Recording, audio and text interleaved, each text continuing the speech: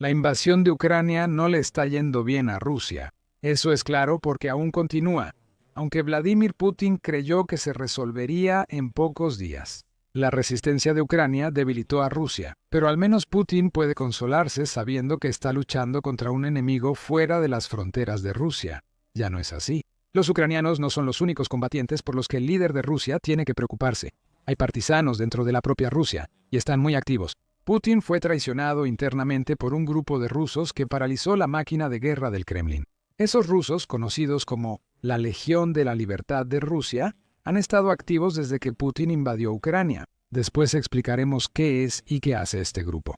La Legión de la Libertad de Rusia se opone tan firmemente al régimen de Putin que está dispuesta a luchar por Ucrania para destituirlo.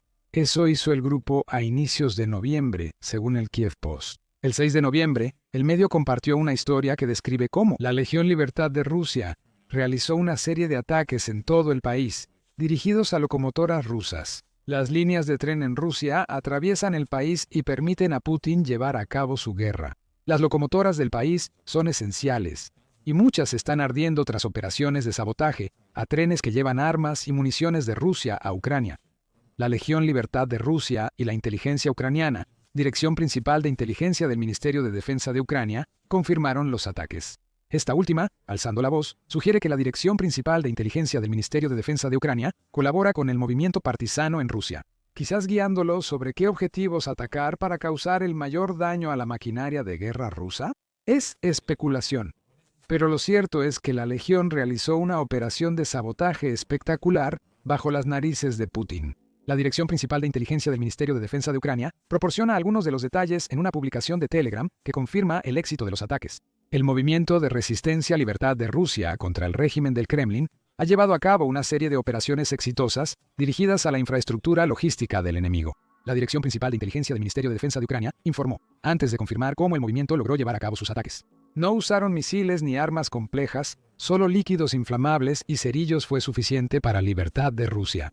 Los cócteles Molotov de los partisanos incendiaron los sistemas de control y energía de decenas de vehículos con carga militar. La Dirección Principal de Inteligencia agrega, esta declaración nos dice dos cosas.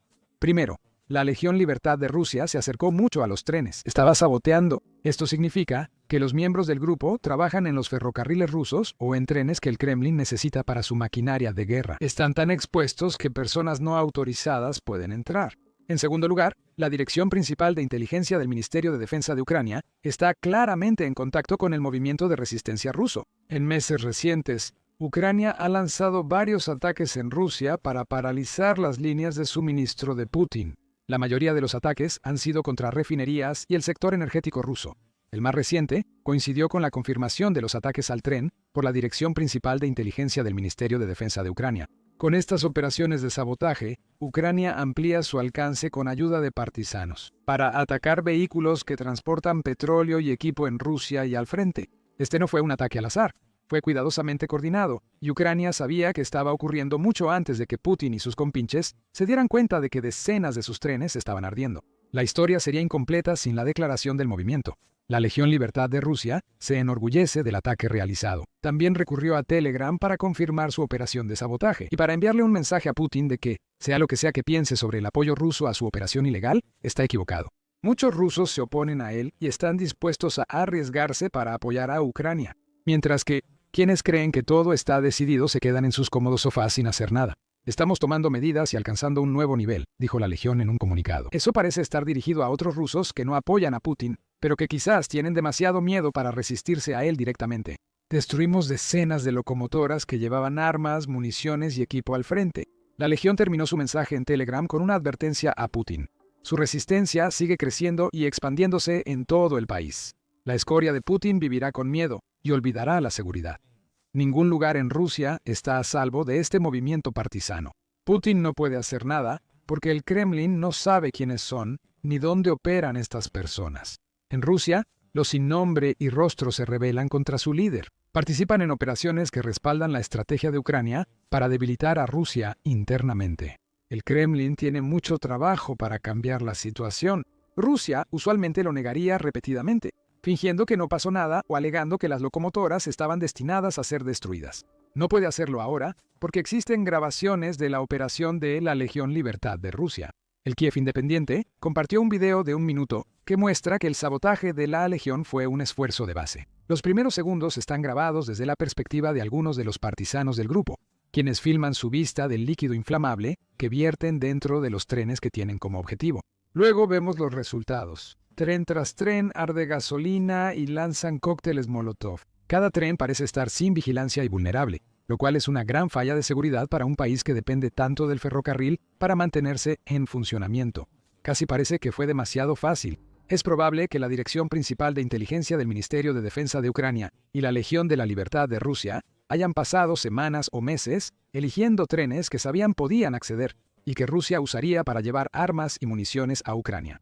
El video cambia tan rápido entre sabotajes que es difícil saber cuántos trenes atacó la Legión de la Libertad de Rusia de noche. Afortunadamente, no tenemos que depender de los videos para saber más. El informe del Kyiv Post ofrece un desglose completo de cada lugar donde la Legión atacó. Eso demuestra que fue una operación nacional en Rusia. Según la Legión, está creciendo tanto que el Kremlin ya no puede contenerla. La lista sigue. La Legión atacó en la región de Moscú, destruyendo un tren en Arkangelskoye. Samara fue blanco de ataques, con sabotajes a trenes en Syzran, Toliati, Besenchuk y Kinalchikarsky. En Komi, los rebeldes destruyeron un tren en Syktyvkar y en Kemerovo. Uno en Novokuznetsk fue enviado a las grandes vías del cielo. Sverdlovsk, una de las regiones más afectadas junto con Samara, ya que la Legión Libertad de Rusia destruyó trenes en Bilimbay, Bogdanovich, Povorovsk y Nizhny Tagil. Y eso no es todo. El grupo partisano es lo suficientemente inteligente como para darse cuenta de que sus miembros rusos pueden operar tan libremente en las regiones ocupadas de Ucrania como en la propia Rusia. Los miembros incendiaron trenes en Donetsk y Gerson para mostrarle a Putin que sus fuerzas no están seguras ni entre su propio pueblo en el territorio robado a Ucrania. Esta fue una operación masiva. La Legión Libertad de Rusia también continuaba el buen trabajo realizado por otro movimiento partisano ucraniano, Artesh. Según el Kiev Post, Artesh ha realizado varios sabotajes ferroviarios en Rusia. El objetivo es frenar el envío de equipo a las líneas del frente en Ucrania. El ataque más reciente del grupo consistió en destruir una línea ferroviaria en la República de Chuvassia, lo que obligó a detener temporalmente un tren militar. También ha atacado trenes y vías en la región de Rostov y en Ekaterimburgo. Mencionamos antes que la referencia de la Dirección Principal de Inteligencia del Ministerio de Defensa de Ucrania a los ataques de la Legión Libertad de Rusia implicaba cierta coordinación. Las operaciones de sabotaje de Artesh indican que esta coordinación es más profunda de lo que aparenta. Dos grupos partisanos atacan los ferrocarriles rusos con operaciones precisas que dañan al máximo la logística militar de Putin. No es coincidencia ni ataques al azar. Son operaciones militares de grupos con la misión clara de eliminar las líneas de suministro de Rusia, y lo están logrando. No te sorprenderá cuando sepas más sobre la Legión Libertad de Rusia. En junio de 2023, Reuters escribió un perfil sobre la Legión después de que completara una serie de ataques en la región rusa de Belgorod en nombre de Ucrania. Dice que la Legión se formó en la primavera de 2022. Cita al grupo diciendo que surgió por el deseo de rusos de unirse a las Fuerzas Armadas de Ucrania contra la banda de Putin. Los miembros de la Legión lucharían en el ejército ucraniano si pudieran. Dado que unirse directamente al ejército de Ucrania no es una opción, están trabajando junto a Ucrania dentro de Rusia, proporcionando inteligencia vital y enlaces de sabotaje en el proceso.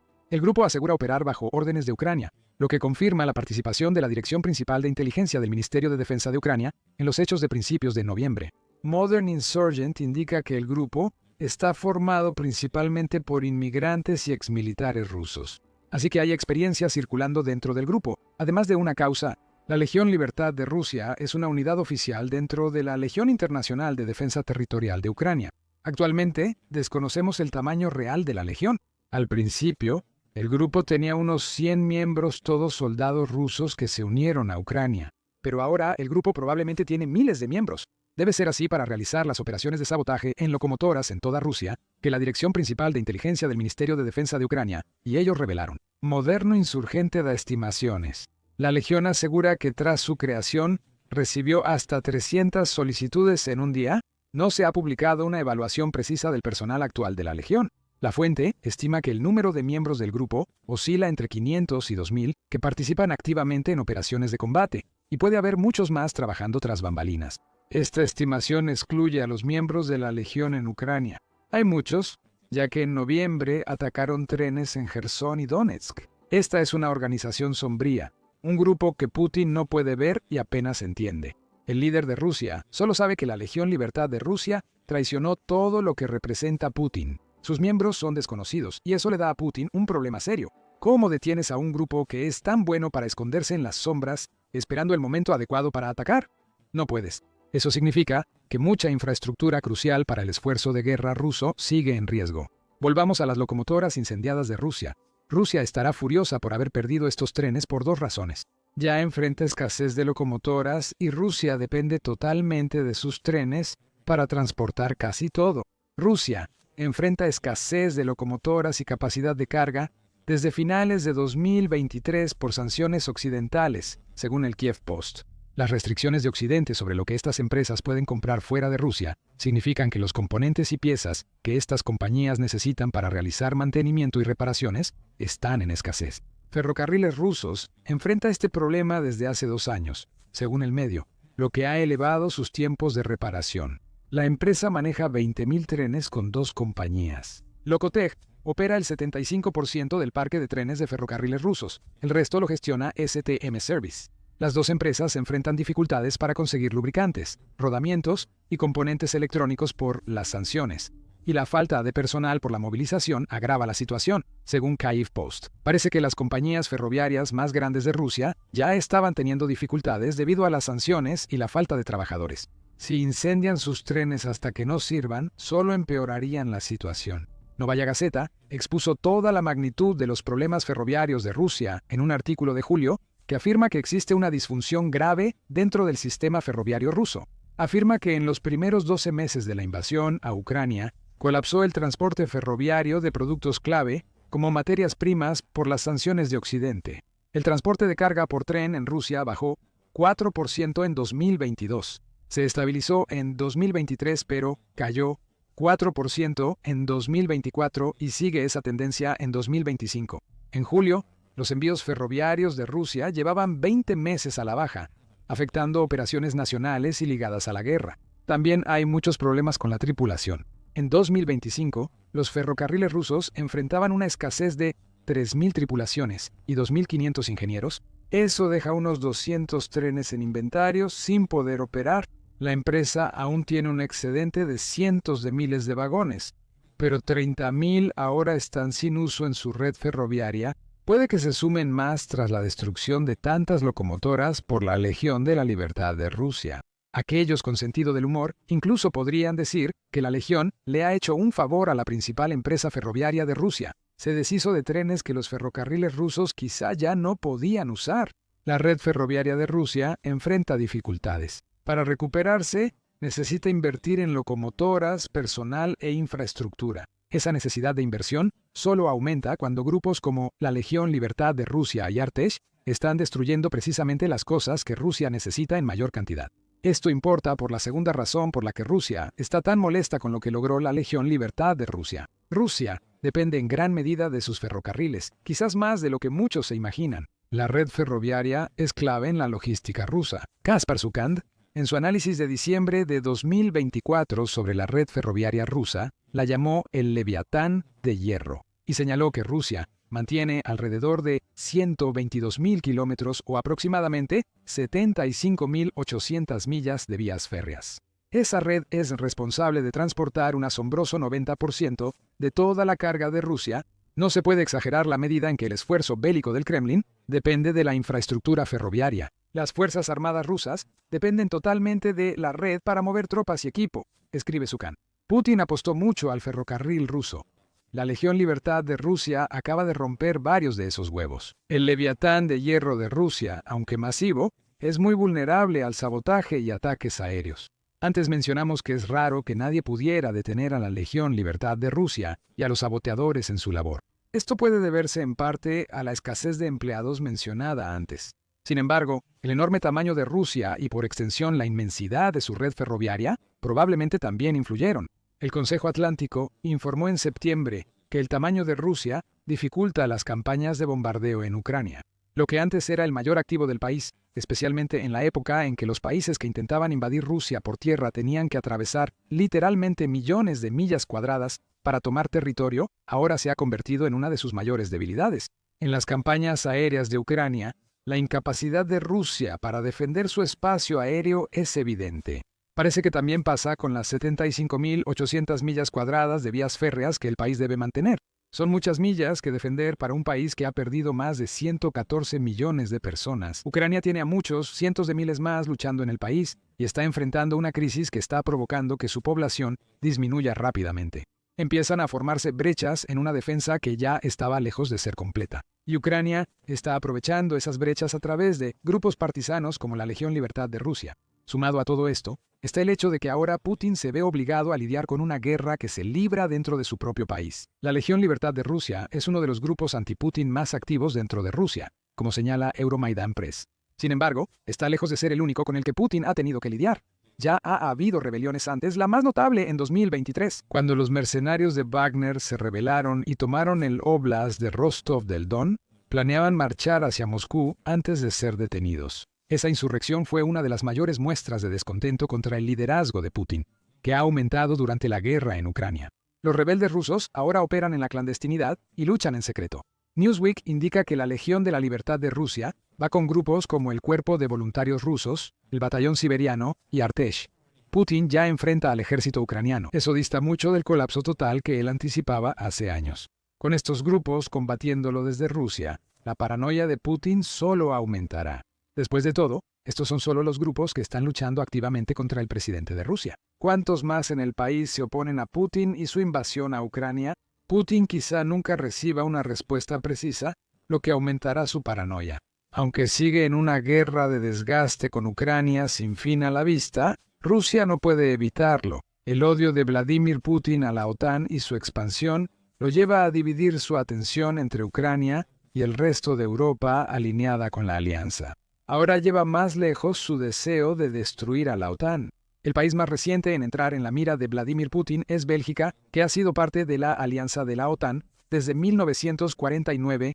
Rusia realiza algo siniestro en cielos belgas, manteniendo en vilo a Bélgica y la OTAN.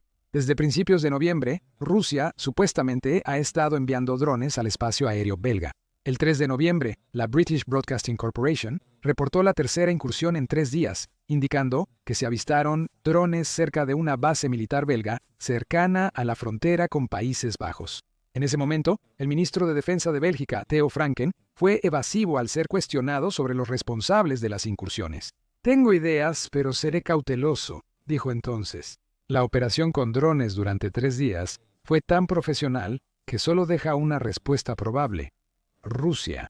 La British Broadcasting Corporation informa que, además de drones cerca de la base Kleine Brogel, también se han visto vehículos aéreos no tripulados en las bases militares de Leopoldsberg y Marchand-Fermain en Bélgica. Se han avistado drones cerca de aeropuertos belgas. Claramente, este no es el caso de algún aficionado entusiasta que accidentalmente dejó escapar un dron. Estos drones están merodeando alrededor de bases militares y aeropuertos por una razón. Quien sea que los esté controlando está tratando de causar la mayor cantidad de disturbios posible. Y potencialmente, aprender algunos secretos en el proceso. Las incursiones de drones continúan. Mientras hacíamos este video, se anunció que varios aeropuertos belgas suspendieron vuelos por drones cercanos. Los aeropuertos de Bruselas y Lieja cerraron brevemente el 6 de noviembre, según el Brussels Times. Pero los vuelos ya se reanudaron. Esa es otra más, para agregar a una lista de incursiones de drones que ha durado toda la semana y que nos demuestra que nada de esto es accidental. Las huellas de Putin están en todo esto.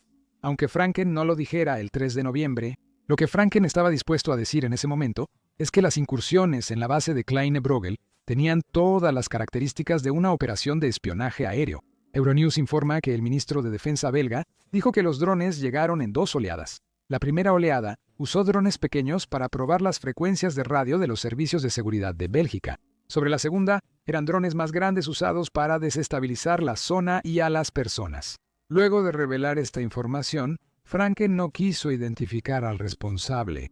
Además, sumó más pruebas de que estas incursiones son parte de una operación rusa. Como señaló que los inhibidores de Bélgica no detuvieron a los drones, el inhibidor no funcionó porque probaron nuestra frecuencia de radio y cambiaron de frecuencia. Ellos tienen sus propias frecuencias. Un aficionado no sabe hacer eso, dijo Franken. El ministro de Defensa de Bélgica quizá no quiso señalar a nadie, pero realmente no necesitaba hacerlo el 3 de noviembre.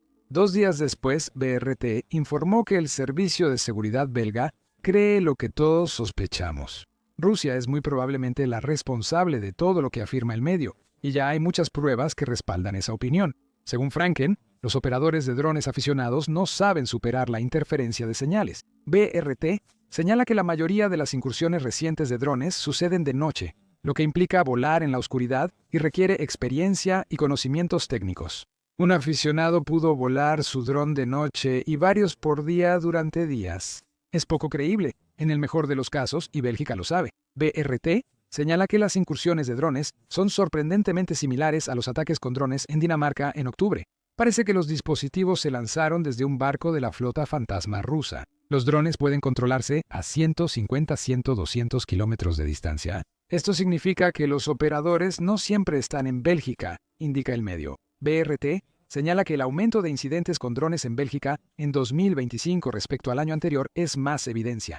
En 2024, Bélgica registró 30.000 incidentes relacionados con drones, aunque esos drones solo obligaron a las aeronaves a cambiar de pista en 2 ocasiones. La interrupción fue mínima, pero este año la situación empeora. En pocos días, 4 aeropuertos civiles cerraron temporalmente. El aeropuerto de Bruselas y Lieja el martes por la noche, Ostende el viernes y Durna el sábado. Todo esto no puede ser coincidencia. Rusia debe estar detrás. Como es costumbre rusa, niegan cualquier sugerencia de estar detrás de las incursiones en Bélgica. Según la agencia TASS, el 6 de noviembre, la embajada rusa declaró que Putin y sus compinches no hacen nada.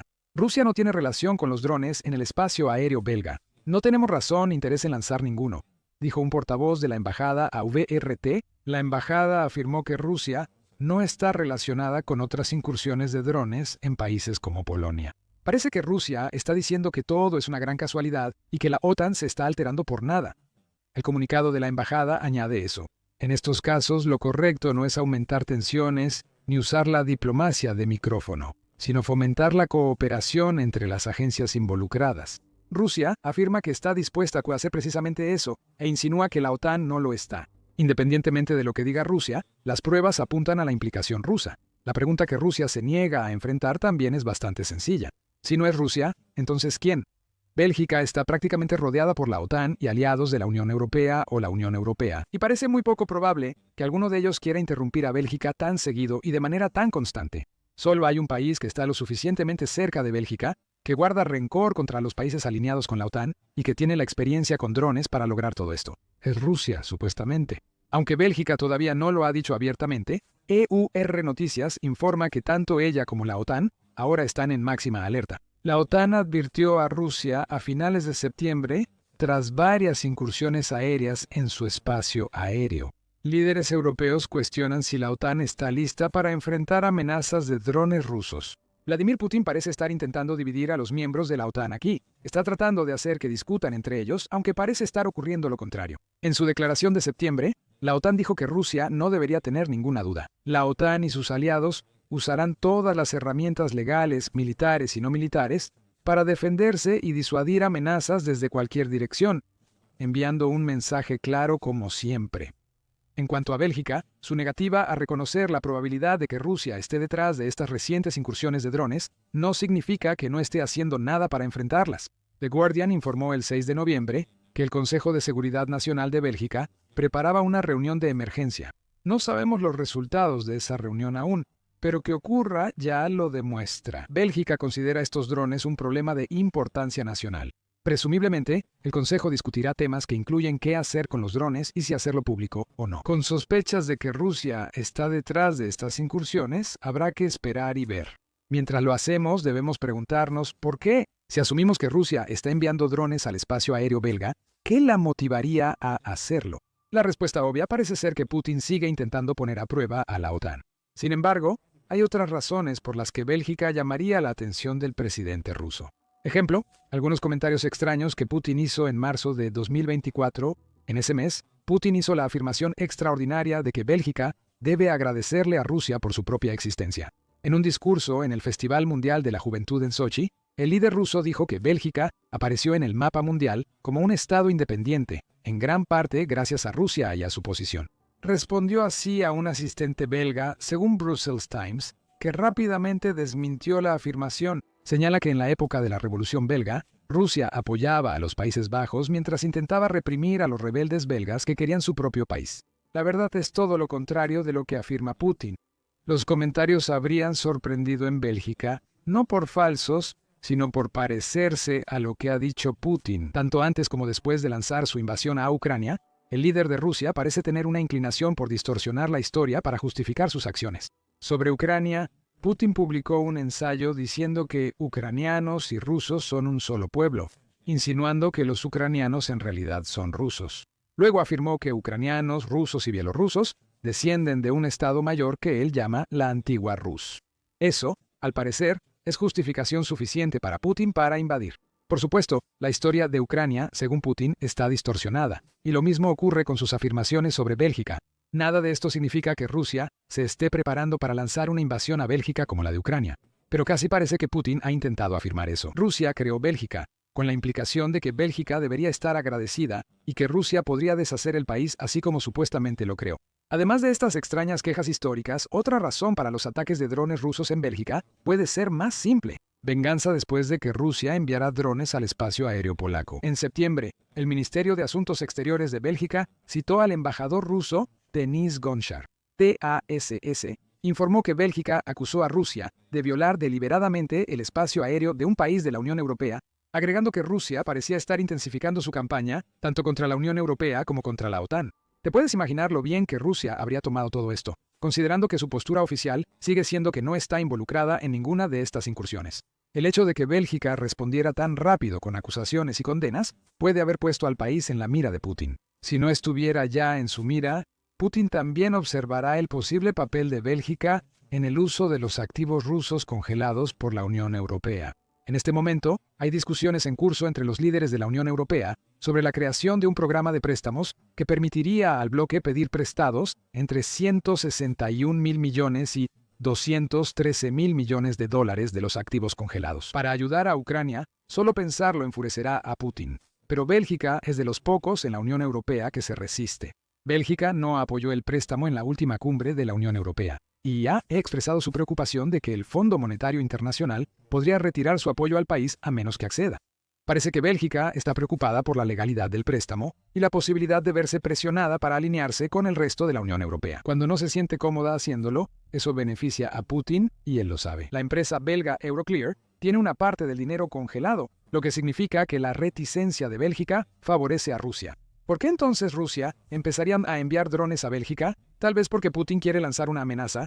Podría querer mostrarle a Bélgica que esto es con lo que tendrá que lidiar de ahora en adelante, si alguna vez cambia. Posición sobre el préstamo de la Unión Europea con activos congelados. Unión Europea Observer informa que Euroclear asignó guardaespaldas para proteger a su junta ejecutiva de espías rusos. Los drones que vuelan hacia Bélgica podrían ser otra forma en que Putin presiona a una nación de la Unión Europea muy vocal sobre su división. Sobre el tema de los activos congelados, mencionamos la división anteriormente. Estos drones podrían ser la manera en que Putin asuste a los belgas para que sigan negándose a liberar los activos congelados. Finalmente, está la razón obvia de las incursiones de drones que ya hemos mencionado varias veces en el video. Rusia está tratando de asustar a la OTAN, quizás incluso más de lo que intenta asustar a Bélgica. Las frecuentes incursiones en el espacio aéreo belga no pueden ser casualidad por su cantidad y tipo. Las muchas otras incursiones en países de la OTAN que los drones han estado haciendo en los últimos meses son los últimos clavos en el ataúd para las afirmaciones de Rusia de que no está involucrada. El 6 de octubre, el Centro de Análisis de Políticas Europeas, publicó una lista de las supuestas violaciones del espacio aéreo por drones y aviones rusos. Desde principios de septiembre, Polonia enfrenta drones militares. La última oleada fue el 9 de septiembre. En el mes siguiente, SIPA dice que hubo otros 38 incidentes relacionados con drones registrados por los Estados miembros de la OTAN. Noruega, Dinamarca, los estados bálticos y Bélgica reportaron drones extraños, aunque no todos se vincularon a Rusia. Rumania tuvo que lidiar con una incursión de drones a mediados de septiembre, y Estonia quizá fue la que salió peor parada de todas. Un trío de aviones de combate, MiG-31 rusos, entraron en su espacio aéreo y permanecieron allí durante 12 minutos el 19 de septiembre. Estas son tácticas de intimidación descaradas por parte de Rusia, y Putin está apuntando específicamente a la OTAN.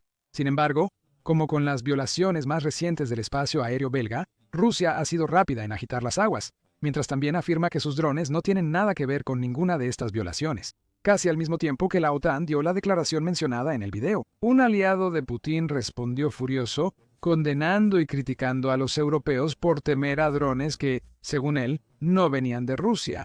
Ese aliado fue el habitual portavoz de Putin, Dmitry Medvedev. Newsweek dice que él dio 5 explicaciones alternativas para los drones, que suponemos Rusia también usaría en las recientes incursiones en Bélgica. Ucrania quizá busque provocar a sus aliados, lo que solo tendría sentido si, como dice Medvedev, Ucrania envía drones a Europa para que culpen a Rusia. Si no es Ucrania, puede que haya células prorrusas operando dentro de la Unión Europea que no tienen ninguna afiliación con Rusia. Las naciones de la OTAN podrían estar probando sus defensas aéreas, lo que no tiene sentido, ya que no se quejarían de drones lanzados por ellas mismas. También podrían ser responsables algunos vándalos sin identificar. El último es Rusia, que Medvedev mostró como la menos probable de las 5. ¿En serio? Medvedev se enfureció y dijo que los europeos de mente cerrada deberían experimentar el peligro de la guerra. Deberían temblar y asustarse como animales llevados al matadero, ensuciándose de miedo ante un final agonizante. Esa es la verdadera razón por la que Rusia envía drones al espacio aéreo de la OTAN. Está tratando de intimidar a los miembros de la OTAN, y Bélgica es la última víctima.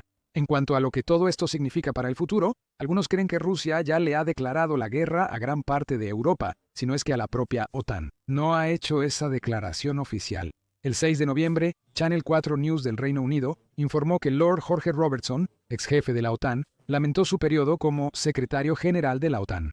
Lord Robertson fue titular de ese cargo de 1999 a 2003 y afirmó: "Confié en Vladimir Putin. Mirando hacia atrás, a menudo me pregunto si debimos haber hecho más en ese momento". Sobre la situación actual, Lord Robertson afirma que Rusia está en guerra con nosotros. No tengo ninguna duda de que, aunque nosotros no estamos en guerra con ellos claramente nos han declarado la guerra. Estados Unidos parece referirse a la OTAN, y Lord Robertson está señalando que los drones de Rusia son parte de una campaña de guerra híbrida. Rusia ya está en una pelea en la que la OTAN aún no participa del todo, aunque no estén volando bombas y misiles. Las recientes incursiones en el espacio aéreo belga son el último acto de guerra de Rusia en su campaña continua. Considerando el contexto de Lord Robertson, otros comparten su opinión.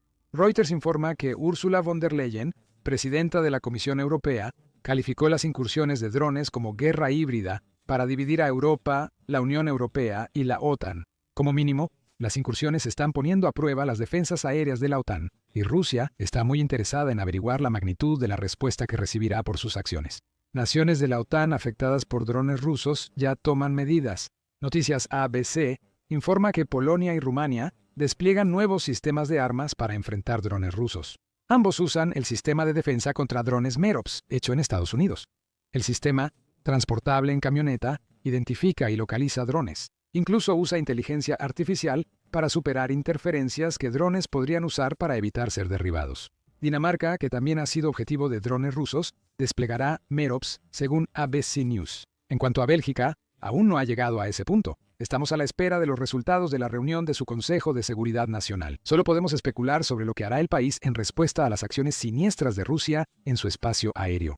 ¿Cederá Bélgica ante la presión rusa o se unirá a Polonia, Rumania y Dinamarca, desplegando sistemas contra la intimidación de Rusia? Lo sabremos pronto. El dron Shahed se ha convertido en una de las armas más importantes de Rusia. Desde que Rusia obtuvo sus primeros lotes de Irán y aprendió a fabricar los Shahed por sí misma, ha estado usándolos para golpear fuertemente las ciudades y la infraestructura de Ucrania. Los Shahed son baratos, fáciles de lanzar, y con Rusia ocupando el 19% de Ucrania, pueden lanzarse desde ahí mismo. Había que encargarse de estos Shahed. Ucrania acaba de darles un golpe mortal. Una base rusa en el frente, donde almacenaban drones Shahed, fue destruida en una gran explosión, mientras Ucrania ataca estos drones en su territorio. Según el Kiev Post, el 6 de noviembre, las fuerzas de sistemas no tripulados de Ucrania atacaron una base clave de almacenamiento de drones rusos en Donetsk. Esa zona tiene los combates más intensos en Ucrania, y Rusia controla cerca del 75% del Oblast, un avance lento y agotador que ha durado tanto como la guerra en Ucrania. Putin anhela Donetsk, y con gran parte del Oblast ocupado por Rusia, usa ese territorio para lanzar devastadores ataques con drones al resto de Ucrania. Destruir los drones en Donetsk era prioritario. Ucrania ya lo hizo. El comandante de las fuerzas de sistemas no tripulados del país, Robert Madiar Brovdi, fue uno de los primeros en confirmar el éxito del último ataque de Ucrania. Usó Telegram para dar detalles y declarar lo siguiente: desarrollar este objetivo complejo requirió un trabajo minucioso durante varios meses, ensamblado a partir de pequeñas piezas. Anoche se ejecutó con los recursos de ataque apropiados de los sistemas de seguridad operativa y las tropas de misiles. El Kyiv Post añade que Brovdi dijo que la base atacada por Ucrania almacenaba, equipaba y lanzaba drones Shahid. Gracias a Ucrania, la base ya no existe, añade. Y hay imágenes que Brovdi afirma que lo prueban. Un video de 17 segundos compartido en su publicación de Telegram muestra una explosión masiva, seguida de un estruendoso choque. Eso indica que Ucrania empleó más que drones en el ataque. Mientras el fuego y el humo se elevan hacia el cielo, está claro que Ucrania golpeó algo grande, algo explosivo. Brovdi afirma que era una instalación de drones Shahed, pero el Kyiv Post no ha verificado independientemente las imágenes. Tal vez no sea necesario. La magnitud de la explosión podría bastar como prueba. El canal de Telegram Dossier Espía amplió detalles sobre cómo Ucrania realizó este ataque dañino. Afirma que Ucrania empleó drones y misiles de crucero en el ataque, sin detallar tipos. Por el tamaño de la explosión en el video de Brovdi, es probable que el nuevo dron FP-2 de Ucrania estuviera involucrado. Ese dron ha sido diseñado específicamente para permitir que Ucrania ataque posiciones rusas en la retaguardia profunda, detrás de las líneas del frente, y lleva una ojiva de 230 libras que golpea con mucha fuerza. Ucrania ha realizado varios ataques con este nuevo dron solo en la última semana. Aprende cómo Ucrania usó el FP-2 para destruir una unidad de drones de élite rusa en su territorio viendo nuestro video. Militani ofrece algunos detalles más, aunque tampoco revela qué drones y misiles usó Ucrania. Afirma que los drones ucranianos alcanzaron un 90% de éxito en ataques, lo cual es una prueba contundente de que las defensas aéreas de Rusia son inexistentes en algunas de sus instalaciones más cruciales, o son incapaces de lidiar con las nuevas armas que Ucrania está usando para golpear a Rusia en la retaguardia profunda. Ucrania identificó claramente una vulnerabilidad en la base de almacenamiento de Shahid de Rusia. La aprovechó al máximo la noche previa al 6 de noviembre y realmente fue así. Rusia perdió muchos drones por el ataque de Ucrania, según sus informes sobre dicho ataque. United 24 Media dice que la instalación de almacenamiento de drones destruida albergaba la asombrosa cantidad de 1000 Shaheds, o como los rusos llaman a su versión, drones Geran 2. La instalación almacenaba unas 1500 ojivas que serían usadas en drones rusos contra Ucrania desde Donetsk. Esto es importante porque la cantidad de drones y ojivas en la base lo sugiere. Rusia preparaba un gran asalto aéreo contra ciudades ucranianas al alcance de sus Shaheds desde Donetsk. Esos ataques no ocurrirán, y quizá Rusia tarde semanas en llevar más Shaheds a Donetsk para sus planes. Ucrania obtuvo un breve respiro tras su ataque nocturno con drones. La destrucción de la base de los Shaheds muestra el daño reciente de Ucrania al bolsillo ruso, según su informe sobre el ataque. The Express calcula que el costo total de los Shaheds y ojivas destruidas es de unas 60 millones de libras, unos 788 millones de dólares. Pongamos esas cifras en contexto. Un artículo calculó la efectividad de los ataques de drones Shahed de Rusia en Ucrania. El Centro de Estudios Estratégicos e Internacionales, o Centro de Estudios Estratégicos e Internacionales, estimó que un dron Shahed fabricado por Rusia cuesta alrededor de $35,000 para construirlo. Rusia ha aprovechado el bajo costo y lanzó 14.700 de estos drones contra Ucrania entre el 28 de septiembre de 2022 y el 28 de diciembre de 2024, según el Centro de Estudios Estratégicos e Internacionales. Aunque la tasa de acierto es menor al 10%, el Centro de Estudios Estratégicos e Internacionales señala que los Shahed son muy rentables para Rusia. Sin embargo, solo serán rentables si llegan al cielo, algo que Ucrania acaba de impedir. Destruir 1000 Shahed rusos de $35,000 cada uno cuesta $35 millones. Si las cifras de Express son correctas, eso significaría que Rusia, de alguna manera, tiene alrededor de $75 millones en ojivas almacenadas en la base. Algo no cuadra, sobre todo si esas ojivas iban para los Shahed. Tal vez estas ojivas eran para misiles rusos, lo que elevaría mucho su costo. Quizás, aunque es especulación, no hay datos sobre las ojivas que Ucrania pudo destruir. Para lo que vale, el Express no proporciona ninguna evidencia para respaldar este número. Otras fuentes indican que los Shaheds podrían costar más de lo que dice el Centro de Estudios Estratégicos e Internacionales. Por ejemplo, Defense Express dijo en agosto que Rusia está gastando alrededor de $70,000 en cada uno de sus Shaheds. Eso duplicaría el total para los 1.000 Shaheds almacenados en la base. Sin embargo, Ucrania atacó. Eso indicaría que Express valora las 1.500 ojivas en más de $70 millones. Aún así, incluso si dejamos de lado la estimación de Express, entre 35 millones y 7 millones perdidos en un solo ataque le dolerán a Rusia. Cabe señalar que esta cifra no incluye los costos de transporte de los Shahids a la instalación de Donetsk que Ucrania destruyó. Tampoco considera los gastos de Rusia para almacenar y proteger esa instalación. Sumando estos costos, la pérdida de 1.000 Shahids pudo costarle a Rusia unos $10 millones. El costo de las ojivas se añade como la cereza sobre el ardiente domingo que Ucrania acaba de imponer a Putin. Hay una advertencia. Los 1.000 Shahids y 1.500 ojivas son solo lo que se sabe que Rusia almacena en Donetsk. Eso no significa que Ucrania los haya destruido todos en el ataque de noviembre. Aunque no destruyeron todos, parece que Ucrania dañó seriamente las reservas de Shahids de Rusia. ¿Cómo lo sabemos? El Estado Mayor de las Fuerzas Armadas de Ucrania informó en Facebook que en la instalación de Donetsk, Rusia, ocurrieron más explosiones que las provocadas solo por drones y misiles de crucero ucranianos. Control Objetivo reportó explosiones y una fuerte detonación secundaria en el sitio, informó el Estado Mayor. Esto tiene sentido. Una instalación utilizada para almacenar ojivas naturalmente será propensa a múltiples explosiones debido a la naturaleza misma del equipo almacenado allí. Los drones y misiles ucranianos causaron una cadena de explosiones. Eso bien pudo haber sido suficiente para acabar con todo el arsenal de Shahids y ojivas de Rusia. Quizás pronto haya una evaluación más detallada sobre el éxito del ataque. Por ahora, otra unidad militar ucraniana también ha confirmado que el ataque en Donetsk fue exitoso.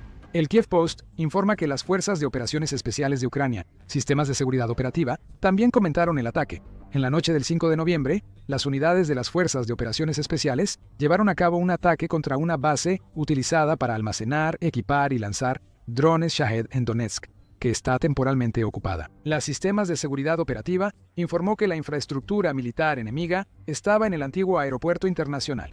Esa es la segunda vez que se menciona el aeropuerto de Donetsk y muestra una de las estrategias de Rusia. Rusia está transformando grandes zonas de la Ucrania ocupada en bases militares para aumentar el daño a Ucrania, informó el Kiev Independiente en agosto. Los aeropuertos comerciales son objetivos obvios. Ya tienen hangares, pistas y edificios que pueden usarse como almacenes aunque no cumplan estándares militares. El medio resalta el Aeropuerto Internacional de Donetsk como ejemplo principal. El aeropuerto llevaba más de 10 años abandonado, según el Kiev Independiente. Eso implica que Rusia tuvo que trabajar más de lo normal para que el aeródromo fuera funcional. Y gracias a las imágenes satelitales recibidas de Planet Labs, el Kiev Independiente logró confirmar que había habido una acumulación sobre los cimientos del antiguo aeropuerto. Meses antes del ataque de Ucrania, lo que Rusia construyó no parecía ayudar. Según Kiva Borosno, fundador del proyecto ucraniano de inteligencia de código abierto, Vadim Hlushko, eso no es sorprendente. Esta es la llamada infraestructura improvisada, garajes para almacenar y lanzar drones kamikaze del tipo Shahid. Además de las instalaciones principales de lanzamiento, también colocan los llamados señuelos, posiciones de lanzamiento falsas y ubicaciones falsas, dijo Hlushko. El uso de la palabra improvisada probablemente nos dice todo lo que necesitamos saber. La base que Ucrania acaba de atacar no era una base militar completa. Bien podría haber sido solo un conjunto de cobertizos y almacenes levantados apresuradamente que simplemente se incendiaron.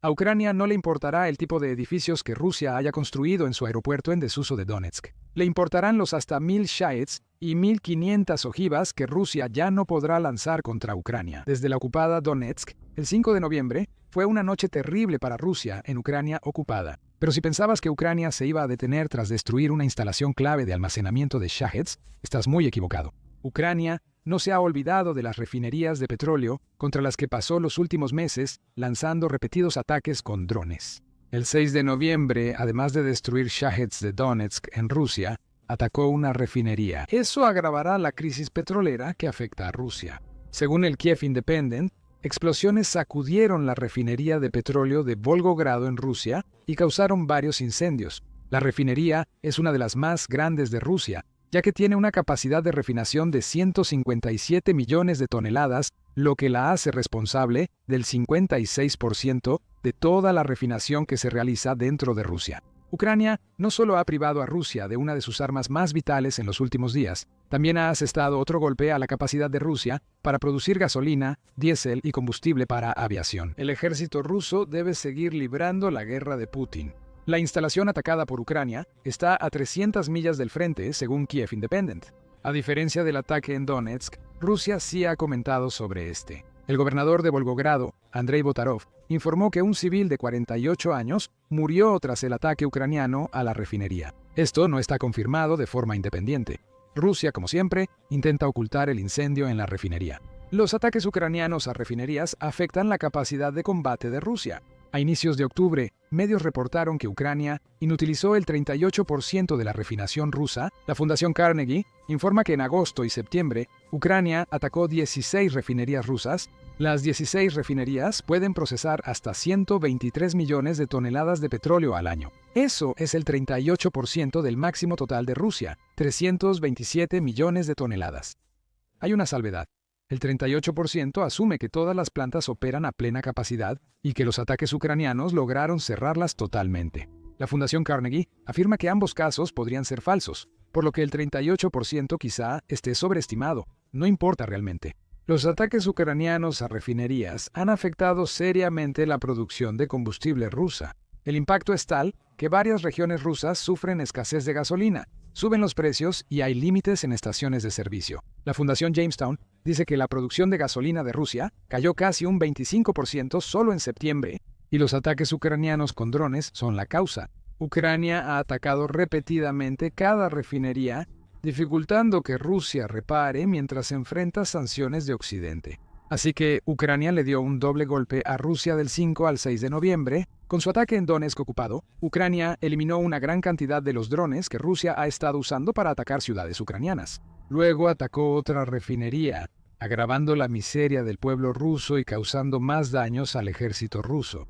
Eso nos parece un par de días productivos. El 5 de noviembre fue crucial para Ucrania, ya que Rusia intensificó sus ataques con Shahed durante 2025. El 4 de noviembre, Sky News resumió la magnitud de los ataques con drones rusos a Ucrania en 2025. La cifra principal es que la cantidad de Shaheds y otros drones que Rusia ha lanzado contra Ucrania durante los primeros 10 meses de 2025 es un 303% mayor que la cantidad que lanzó durante todo 2024.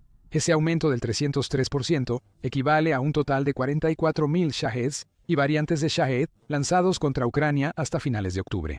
Además, más de esos drones están alcanzando sus objetivos. Ucrania destruyó el 64% de los drones en 2025 frente al 68% en 2024. Los Shaheds han matado al menos a 494 civiles entre enero y septiembre, añade Sky News. Eso nos muestra que Rusia no solo está usando sus drones para atacar objetivos militares, aterroriza intencionalmente a los ciudadanos de Ucrania y parece dispuesto a matar a quienes no combaten en la guerra.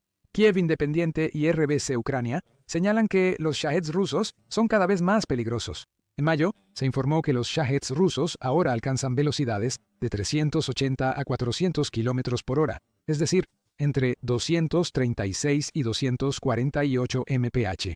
Cuentan con ojivas de 90 kilogramos capaces de transportar 198 libras de explosivos.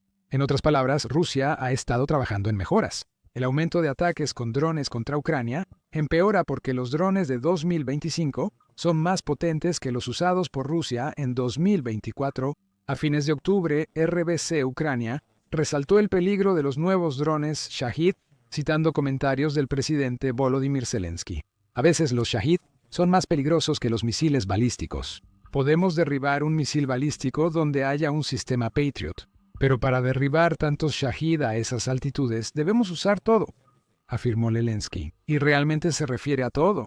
Drones interceptores, helicópteros, F-16 y defensas aéreas son herramientas ucranianas contra los Shahid rusos. Si las cosas han ido mal en 2025, los últimos meses empeorarán. El 2 de noviembre, Newsweek informó que Rusia había lanzado más de 1.500 drones contra Ucrania en el transcurso de una semana. La razón es clara para quienes han seguido las tácticas de invierno de Rusia en la guerra. Putin busca destruir la mayor parte de la infraestructura energética de Ucrania. Todo es causar el mayor dolor posible a los civiles ucranianos. Rusia busca que muchos enfrenten apagones y sin calefacción ante el inminente invierno ucraniano. Lo más probable es que los 1.000 Shahids y las 1.500 ojivas en Donetsk iban a ser parte de esta campaña de invierno. Donetsk ocupada es el lugar ideal para lanzar drones que pueden atacar casi cualquier objetivo en Ucrania. El ataque exitoso de Ucrania al almacén de drones ruso podría evitar que varias ciudades enfrenten la crisis energética que Putin intenta provocar. Unos días más de electricidad y calefacción pueden marcar la diferencia para quienes ya no temen por los shahids. Ucrania lo redujo todo a cenizas. Ucrania es más consciente que nadie de lo peligrosos que son los shahids de Rusia. Por eso el ataque del 5 de noviembre en Donetsk es solo el más reciente en una campaña de varios meses diseñada para evitar que se lancen la mayor cantidad posible de estos drones peligrosos. Según el Kiev Post, Ucrania ataca intensamente instalaciones de drones rusas desde julio. El 1 de julio, Ucrania destruyó 4 talleres en la planta Kupol de Izhevsk. Esa planta produce drones y sistemas de defensa aérea, así que el objetivo de Ucrania es claro. En la región de Moscú, Ucrania atacó una planta que fabrica drones Shahed el 4 de julio. Un mes después, atacó una instalación en Tartaristán que suministra componentes para fabricar Shaheds en Rusia. El 15 de agosto, Ucrania atacó el puerto de Olia y hundió un barco iraní con piezas de drones que Rusia planeaba usar. El ataque a la instalación de almacenamiento en Donetsk no fue un hecho aislado, fue parte de una campaña. Ucrania no se hará ilusiones sobre el impacto de su ataque. Aunque el ataque fue impresionante, sabe que Rusia tiene miles de Shaheds en instalaciones en Rusia y la Ucrania ocupada.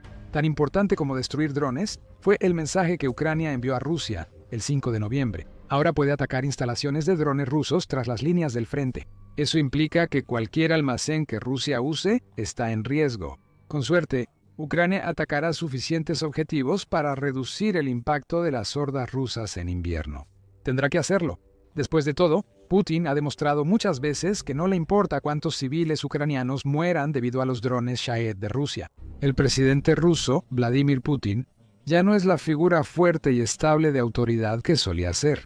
Cada vez más aislado, paranoico y desconectado de la realidad, el líder de 73 años siente que la marea se vuelve en su contra. Su guerra en Ucrania ha sido un fracaso absoluto. La economía de su país se está desmoronando y sus antiguos aliados le han dado la espalda. El pueblo ruso, incluso quienes lo admiraron, votaron y apoyaron, está cada vez más molesto por las decisiones imprudentes y sin sentido de su líder, con protestas y focos de rebelión en todo el país. Sintiendo que su poder se le escapa poco a poco, Putin está desesperado por echarle la culpa de la caótica situación de su país a quien sea posible, purgando a numerosos generales, élites y funcionarios en los últimos meses. Incluso ha comenzado a volverse contra sus aliados más cercanos, transmitiendo que nadie está a salvo y sumiendo al Kremlin en el caos. Putin es conocido como un líder despiadado, dispuesto a todo por el poder sin importar el costo. Pero también se ha forjado una reputación como alguien que valora la lealtad por encima de todo, premiando y honrando a quienes le son fieles y desatando su furia solo contra aquellos que siente que lo han traicionado, insultado o desobedecido. Cuando fue elegido presidente por primera vez en el año 2000, según se informa, organizó una reunión con 21 de los hombres más ricos de Rusia, los oligarcas, como los apodaba el público. En la década de los 90, mientras el país a su alrededor caía en el caos, estos hombres aprovecharon cualquier oportunidad que encontraban, entregándose a la corrupción, negocios turbios y aún peor, crímenes, para amasar sus fortunas y ascender a los niveles más altos de la sociedad. En efecto, controlaban gran parte de la economía del país y también tenían una gran influencia sobre su sistema político y la sociedad en general. Cuando Putin llegó al Kremlin, reunió a todos para informarles oficialmente quién mandaba realmente. Según informes, Putin supuestamente ofreció a los oligarcas un trato que definiría el resto de su carrera política y el futuro de la Federación Rusa. A partir de ese momento, él permitiría a los oligarcas conservar sus lujosas mansiones, jets privados y enormes empresas, siempre y cuando se mantuvieran al margen y aceptaran su autoridad. Quizá notaron que estaban ante un hombre que no jugaba. Varios oligarcas aceptaron el trato y recibieron recompensas por su lealtad. Sus fortunas se multiplicaron, sus posiciones de poder se consolidaron y se les permitió vivir vidas de lujo y opulencia. Sin embargo, aquellos que rompieron el acuerdo sintieron toda la furia del presidente. Mikhail Jodorkovsky, antes el hombre más rico de Rusia, fue arrestado en 2003 y sentenciado a 9 años en prisión en Siberia por fraude y evasión de impuestos. Muchos observadores externos vieron el arresto de Jodorkovsky como motivado políticamente. pues financiaba partidos de oposición. Vladimir Gusinsky también sufrió por Putin. Fue taxista, pero pronto mostró ser un astuto hombre de negocios ante nuevas oportunidades. Tras la disolución de la Unión Soviética, fundó su propio periódico y la primera televisora privada en Rusia, NTV, que transmitía un famoso programa satírico de marionetas crítico con el Kremlin. Mientras Boris Yeltsin, predecesor de Putin, toleraba el programa, Putin no lo soportó. En 2000 agentes armados allanaron NTV y arrestaron a Gusinsky por presunto robo de $10 millones. Huyó al extranjero, a España.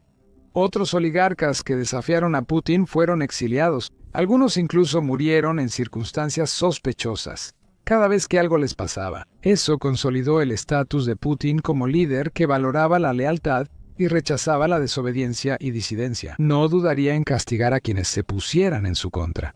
En su autobiografía, el líder ruso incluso ha proclamado: «Tengo muchos amigos, pero solo unas pocas personas son realmente cercanas a mí. Nunca se han ido, nunca me han traicionado, y yo tampoco los he traicionado a ellos. En mi opinión, eso es lo que más cuenta». Así ha sido por mucho tiempo. Putin puede haber purgado a numerosos funcionarios y élites que lo molestaron de una u otra manera, pero siempre ha apoyado a los pocos elegidos que han demostrado su lealtad y compromiso con la causa del Kremlin. Ahora, todo eso está empezando a cambiar, ya que ha habido al menos 4 ejemplos recientes de figuras rusas leales que han sido rechazadas o castigadas por el Kremlin. Sergei Markov fue uno de ellos. Científico político y periodista, Markov ha ocupado numerosos cargos de alto perfil en algunas de las instituciones educativas más prestigiosas de Rusia, como la Universidad Estatal de Moscú. Durante un tiempo, fue uno de los asesores y partidarios más cercanos de Putin, calificándolo varias veces como uno de los grandes hombres de la historia. Durante años, Markov dijo e hizo todo lo correcto para ganarse el favor del líder ruso y disfrutó de mucho poder a cambio de su lealtad. Fue miembro de la Cámara Pública de Rusia durante varios años y fue elegido para la Duma Estatal en 2700. Fue uno de los portavoces más confiables de Putin en las elecciones de 2012 y, a menudo, ha aparecido en los medios occidentales como un comentarista pro-Kremlin, repitiendo la propaganda de Putin. Cuando comenzó la guerra con Ucrania, Markov una vez más siguió la línea, diciendo exactamente lo que se suponía que debía decir, siguiendo la propia narrativa de Putin y usando su plataforma para influir en la opinión pública y obtener apoyo para la invasión. Afirmó, por ejemplo, que la guerra no era contra Ucrania, sino para liberar a Ucrania. Como Putin, Markov mencionó a neonazis y terroristas en Ucrania, justificando que la operación militar especial rusa era una intervención humanitaria.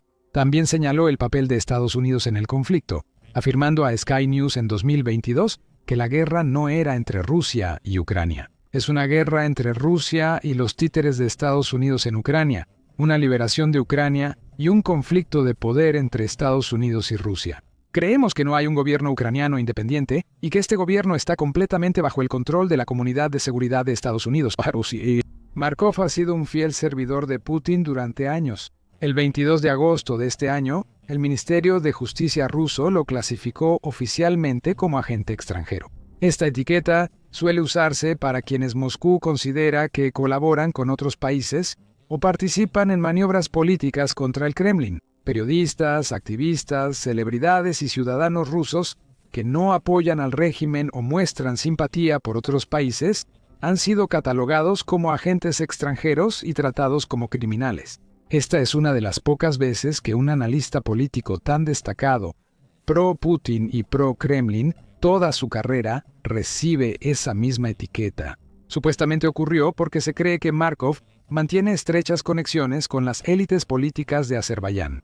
Últimamente, las relaciones entre Moscú y Bakú están en su punto más bajo, pero Markov siguió visitando y reuniéndose con funcionarios azerbaiyanos. Incluso se inclinó y humilló ante los pies del presidente Ilham Aliyev, según Alexander Kots, quien se autodenomina corresponsal de guerra. Naturalmente, esto no le agradó a Putin. Él exige lealtad absoluta y no tolera a quienes muestran algún tipo de lealtad o afinidad con los líderes de otros países, especialmente aquellos que lo han enfadado o desafiado. Markov fue castigado y probablemente tendrá problemas para recuperar su estatus anterior. Tras dar tanto al Kremlin, el analista se sorprendió al ser llamado agente extranjero. Al principio dijo que debía ser un error o difamación, antes de sugerir que los enemigos de Rusia eran los responsables, negándose completamente a creer que su aliado cercano, Vladimir Putin, haría algo así en su contra. No soy un agente extranjero y todos lo saben perfectamente bien. Durante 25 años he apoyado las políticas de Vladimir Putin y sigo haciéndolo. También tengo sanciones canadienses. Este ataque en mi contra está siendo llevado a cabo por enemigos de Rusia y por enemigos de las políticas de Vladimir Putin. Estas personas pronto serán descubiertas como traidores o destituidas por corrupción. Han pasado meses desde entonces, pero Putin no lo ha ayudado. Markov sigue siendo considerado agente extranjero. Aunque sigue opinando sobre la guerra en Ucrania y otros temas internacionales, ya no tiene la influencia e importancia de antes.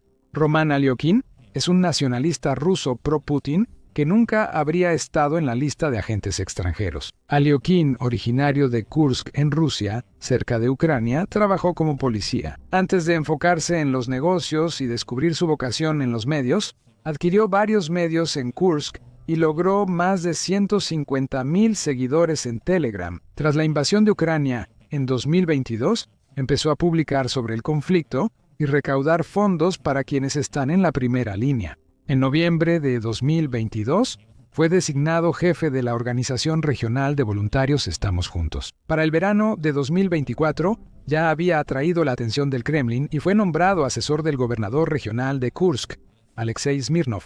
Entonces las cosas empezaron a salir mal. Primero, Smirnov fue arrestado por supuestamente malversar 1,000 millones de rublos que se suponía debían usarse para construir fortificaciones defensivas a lo largo de la frontera con Ucrania. Aliokin pronto renunció a su cargo.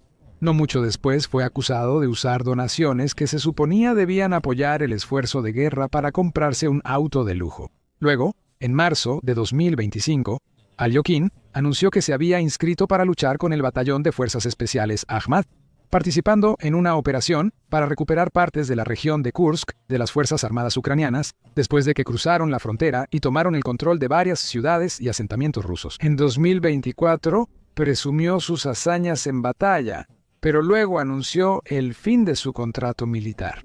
Después de eso, Aliokin estuvo bajo un escrutinio cada vez mayor, con un video que se volvió viral en las redes sociales rusas, en el que se le ve discutiendo abiertamente estafas de lavado de dinero. Luego, el Ministerio del Interior de Rusia abrió una investigación oficial y en septiembre Aliokin fue declarado agente extranjero. Como Markov reaccionó sorprendido e incrédulo ante la noticia y usó Telegram para dar su opinión. En una publicación extensa, Aliokin argumentó que nunca ha recibido financiamiento de ningún país extranjero y que la mera posibilidad de ser etiquetado como agente extranjero era absurda. Comentó que fue sancionado por el presidente de Ucrania, Volodymyr Zelensky, que siempre se había esforzado por brindar apoyo a las tropas rusas en las líneas del frente y que nunca traicionaría a su patria ni al pueblo ruso.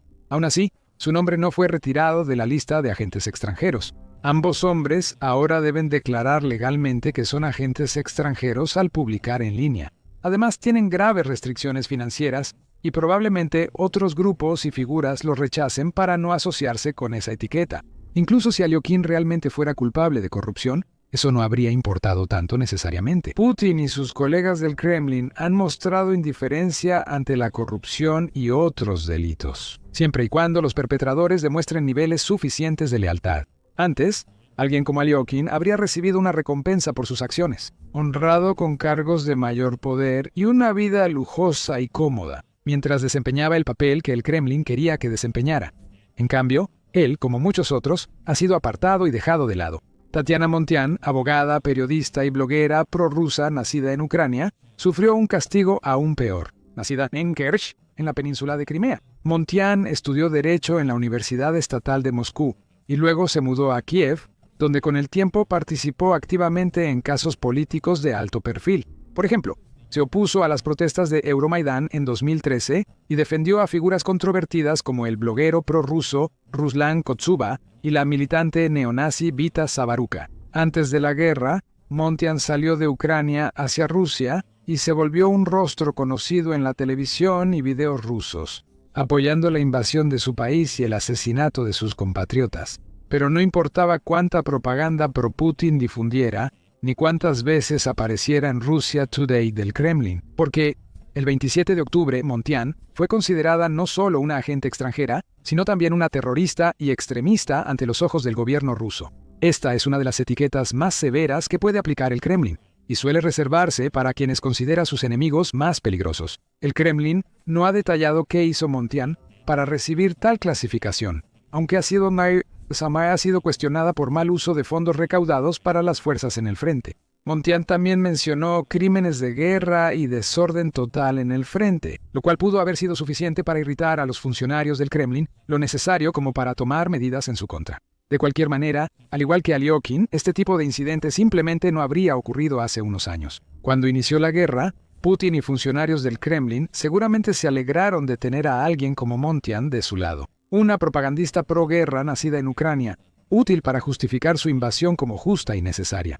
Normalmente, ella debería haber podido esperar una vida de comodidad y seguridad en Moscú, ascendiendo en las filas del poder. Quizás incluso ser premiada con su propio programa de televisión o un puesto de presentadora en una importante cadena de noticias, todo mientras disfrutaba del respaldo y apoyo del propio presidente. Ahora ella es el sujeto de un importante caso criminal. Sus cuentas bancarias han sido congeladas y está bajo vigilancia total del Estado, con un futuro muy incierto por delante. El cuarto leal a Putin, que ha visto caer drásticamente su estatus recientemente, es el más famoso e influyente de todos, el ministro de Relaciones Exteriores de Rusia, Sergei Lavrov. Lavrov ha sido una figura clave en la guerra hasta ahora, y es un hombre que ha dedicado toda su vida a servir a su patria. Entró en política en los años 80, fue subdirector y luego director del Departamento de Organizaciones Internacionales del Ministerio de Relaciones Exteriores, antes de ocupar cargos superiores. Llegó a ser representante permanente de Rusia ante la Organización de las Naciones Unidas y en 2004 su ministro de Asuntos Exteriores. Lavrov sigue en el cargo. Aún no ha sido incluido en ninguna lista de agentes extranjeros, ni ha sido etiquetado como terrorista ni nada tan dramático, al menos por ahora, pero rumores e informes indican que su influencia en el Kremlin se deteriora drásticamente. Por ejemplo, no asistió a una reunión del Consejo de Seguridad de Rusia el 5 de noviembre. Además, el portavoz de Putin, Dmitry Peskov, anunció que Lavrov había sido reemplazado como jefe de la delegación de Rusia para la próxima cumbre del G20. Peskov afirmó que Putin tomó la decisión, sugiriendo una ruptura entre el presidente y uno de los miembros más antiguos de su gobierno. Los reporteros creen que el estatus en declive de Lavrov está relacionado con las recientes conversaciones fallidas entre el ministro de Relaciones Exteriores y el secretario de Estado de Estados Unidos, Marco Rubio. El 20 de octubre, los dos hombres hablaron por teléfono, y Rubio intentó sentar las bases para una reunión entre Putin y el presidente de Estados Unidos, Donald Trump. Aunque supuestamente la llamada salió bien, Estados Unidos pronto canceló una reunión cara a cara planeada entre Lavrov y Rubio, y luego canceló por completo la reunión entre Putin y Trump. Parece que los funcionarios del Kremlin culpan a Lavrov por este dramático deterioro en las relaciones entre Rusia y Estados Unidos. El hombre, antes con una posición inquebrantable, ahora enfrenta el riesgo real de aislamiento político o incluso ser destituido del cargo que ocupa desde 2004. Por sí solas, estos casos aislados pueden no significar mucho. Junto a otros incidentes menores de blogueros, generales, élites y funcionarios pro-Putin, todos fueron expulsados o arrestados. En las últimas semanas y meses está claro que algo ha cambiado dentro del Kremlin. Putin ya no respeta ni honra a quienes le han mostrado lealtad a lo largo de los años. Está castigando incluso a sus aliados más cercanos, en el mismo instante en que se salen de la línea. La politóloga rusa Ekaterina Shulman considera que esto es solo el siguiente paso lógico en la evolución represiva del Kremlin, declarando: primero silenciaron a quienes se oponían a la guerra, ahora no hay voces y la represión es imparable. Ella espera más arrestos, castigos y la llegada de más agentes extranjeros pronto, añadió. El aparato represivo ruso tiene que cumplir con sus cuotas. La máquina debe seguir alimentándose a sí misma. Putin ha comenzado algo que ni él puede detener. Ya no se conforma con encarcelar y eliminar a sus enemigos políticos, ahora va tras aquellos que, en todos los sentidos, son sus aliados. Entre más dure esto, más caótico será. Incluso los ministros del gobierno, oligarcas leales y propagandistas de largo plazo empiezan a mirar por encima del hombro, preguntándose si su nombre será el siguiente en la aparentemente interminable lista negra del presidente. Y esto podría resultar fatal para Putin a largo plazo, ya que la lista de quienes le siguen siendo leales se hace cada vez más pequeña, dejándolo completamente sin aliados justo cuando más los necesita. Ahora, Aprende más sobre cómo algunos de los aliados más cercanos de Putin han comenzado a alejarse de él en este video, que analiza cómo los regímenes títeres del Kremlin están cortando lentamente sus lazos con Moscú. O mira este video para ver cómo un funcionario ruso predijo recientemente un posible estallido de una guerra civil en suelo ruso en un futuro no muy lejano. Y finalmente, asegúrate de suscribirte a nuestro canal también, para que puedas mantenerte informado y al día con todas las últimas noticias militares de Rusia, Ucrania y de otras partes del mundo.